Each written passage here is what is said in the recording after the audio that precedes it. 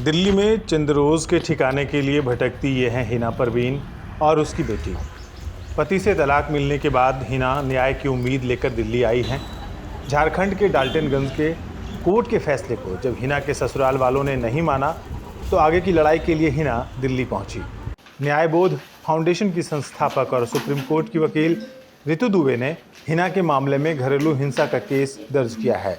इसी केस के कारण हिना अपनी बेटी के साथ दिल्ली में भटक रही हैं। मैं अपने जो मेरे फादर इन लॉ हैं उनके मैं पैर पे गिर गई थी कि नहीं मुझे रख लो, और उन्होंने मुझे अपने पैर से, सोचो कि मेरी छोटी सी बच्ची गोद में थी, और उन्होंने पैर से मार के और मुझे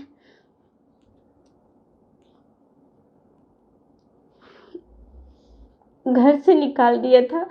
ऑल इंडिया मुस्लिम महिला पर्सनल लॉ बोर्ड की अध्यक्ष शाइस्ता अंबर कहती हैं कि 3 तलाक पर प्रतिबंध लगने के बाद भी गैर कानूनी तरीके से तलाक दिया जा रहा है। हिना के ससुराल वाले न तो कोर्ट के फैसले पर अमल कर रहे हैं और न ही इस्लाम को मान रहे हैं। ये फर्जी और नाजायज तरीके से कुरान के कानून के खिलाफ ये तलाक था। ना काउंसलिंग हुई, ना बातचीत हुई, ना महर का पैसा दिया गया, ना ही इद्दत का, और इस तरह का झूठा और फर्जी फतवा तलाक का बनवा करके भेज दिया गया। दहेज और जेवर लेने के बाद भी हिना के ससुराल वालों को संतोष नहीं हुआ था। वो लोग दहेज के लिए हिना को प्रताड़ित करते थे। मेरे फादर ने पहले ही उनको कैश पैसे दिए थे। मेरी सास ने ज्वेलरी भी मेरी सारी रख ली थी, लेकिन उनको उतने से वो नहीं हुआ था। वो और भी डॉरी मांग रहे थे और उनको पैसे चाहिए थे। उसके लिए मुझे बहुत टॉर्चर करते थे। मेरे फादर खुद रिटायर हो चुके थे, वो कहीं से दे नहीं पाए थे, और ये सब डॉरी की वजह से मेरे जो फादर और मदर हैं दोनों की डेथ भी हो गई। हिना परवीन की मुश्किलें तब और बढ़ गईं जब उसके ससुराल वालों को पता चला कि हिना के गर्भ में जो शिशु पल रहा है वो बेटी है। हालात यहाँ तक पहुँच गए कि हिना को गर्भपात और हत्या के इरादे से मारा पीटा जाने लगा।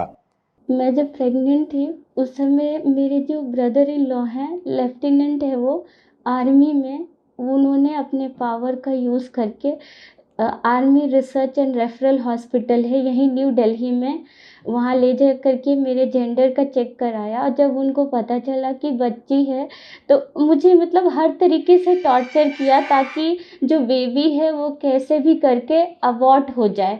मतलब हर जो कोशिश होती है वो सारी कोशिश उन्होंने की थी।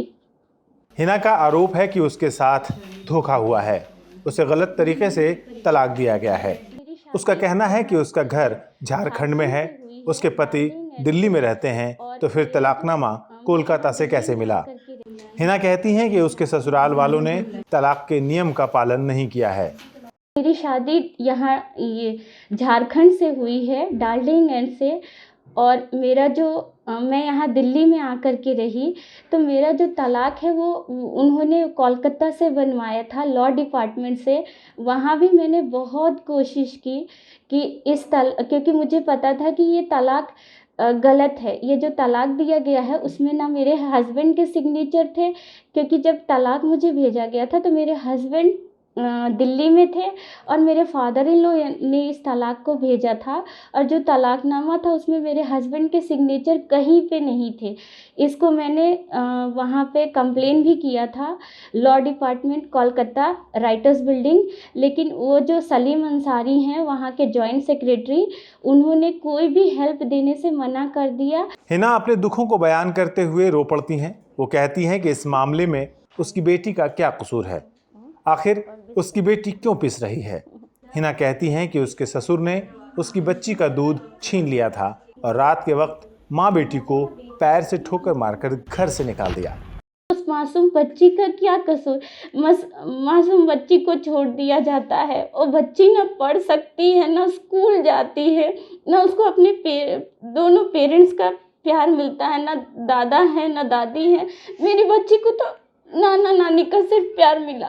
उसके बाद तो मेरी बच्ची खुद अकेली हो गई। आप इमेजिन कर सकते हैं कि एक महिला के लिए एक छोटे से बच्चे के साथ ज़िंदगी गुजारना, वो भी जब आपका कोई सहारा ना हो, कितना मुश्किल होता है।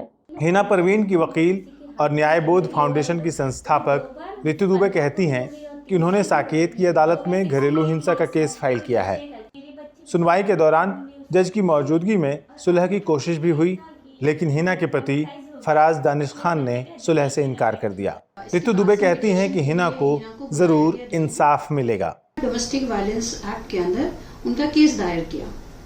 जो केस दायर किया तो कोर्ट ने उसको एडमिट किया और इसके बाद से मीडिएशन के लिए हिना को बुलाया गया दिल्ली। हिना मार्च 2022 में दिल्ली आई मीडिएशन के लिए उनके हस्बैंड के साथ, वो भी आए थे, लेकिन मीडिएशन नहीं हुआ। लेकिन हिना जब उस घर में रहने गई तो वहां पे रहने नहीं दिया गया। उसकी जो जेठानी और जेठ थे उन्होंने उसको घर के अंदर घुसने नहीं दिया। फिर हमने कोर्ट में अर्जी लगाई और कि उसका उसमें रेसिडेंशियल राइट है। तो फिर कोर्ट ने हालांकि ये माना है कि हाँ अग्रीड वुमेन को जो प्रताड़ित वुमेन है, औरत है, उसको शेयर हाउस होल्ड में रहने का अधिकार है। हिना अकेली नहीं है जो तलाक हसन से परेशान है। देश में न जाने कितनी महिलाएं हैं जिनके साथ ये हादसा पेश आया है।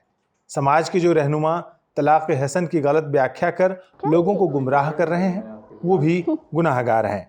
हिना जैसी महिलाओं को उनका हक दिलाने के लिए और गैर कानूनी तरीके से मिलने वाले तलाक से बचाने के लिए एक और लड़ाई के लिए तैयार रहना होगा।